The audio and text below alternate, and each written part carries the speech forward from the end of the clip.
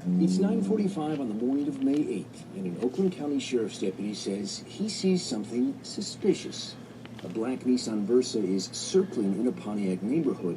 The driver is 27-year-old Gloriana Moore. I wasn't familiar with the Pontiac area or the complex or anything like that. The deputy would later say that Gloriana was driving in an area known for a high level of narcotics and violent crime. And truth be told, she just finished making a very important drop. What were you delivering? Dunkin' Donuts. She works for DoorDash, and when she was done dropping off her second order of the morning, the deputy kept following her for 6 blocks before turning on his siren. He would later say she was speeding. I was nervous because in the back of my mind, I knew something wasn't right because of how he was following me. She pulled over almost immediately, and what should have been a routine traffic stop became anything but. What's up, man? What am I getting stopped for? What am I getting stopped for? I don't have to give my license. Oh, you do, and now you're coming out the car. Within seconds, the deputy reaches his hands into her car, opens the door, and tries to pull Gloriana out. She's still buckled in, but he keeps pulling. I'm scared. I'm in shock. I can't believe that he's actually pulling me out of a vehicle with no knowledge of why. After about 2 minutes, 3 other deputies arrived to help with the arrest. Gloriana is pulled out, cuffed, and put in the back of a squad car. Then, a team of deputies spend the next 9 minutes searching her vehicle. Remember, she was pulled over for speeding. When they're done, deputies say they found drugs in her car. A field test said it was crack cocaine. It's a charge Gloriana denied, and as you'll hear in a minute, had good reason to. I don't associate with anyone who does it. I've never tried it, sold it, bought it, nothing.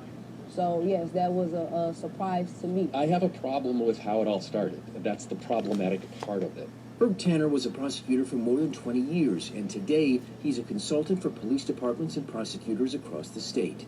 We showed a video of Gloriana's arrest. Ostensibly, it's a stop for speeding. That's a fairly routine stop.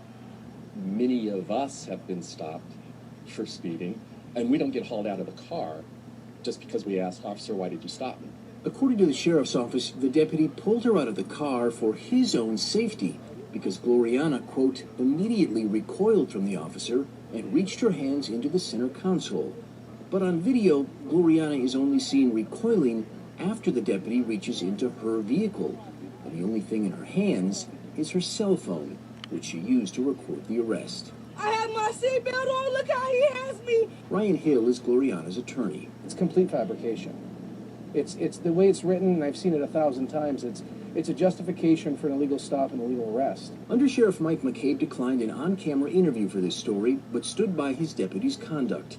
He said the search of Gloriana's vehicle was legal because officers were going to impound it and needed to take an inventory. We reached out to Prosecutor Jessica Cooper's office to see if they agreed, and days after we did, came word that those drugs they found in her car weren't drugs at all. The county's crime lab ran a second test of the substance they found. It tested negative.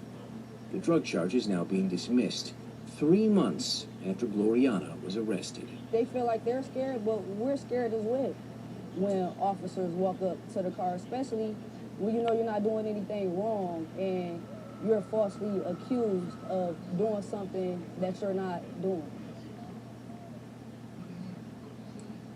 And while that drug charge has been dismissed, Gloriana is still facing a charge of resisting arrest. She's due back in court in October. Well, live tonight in Pontiac, I'm Ross Jones.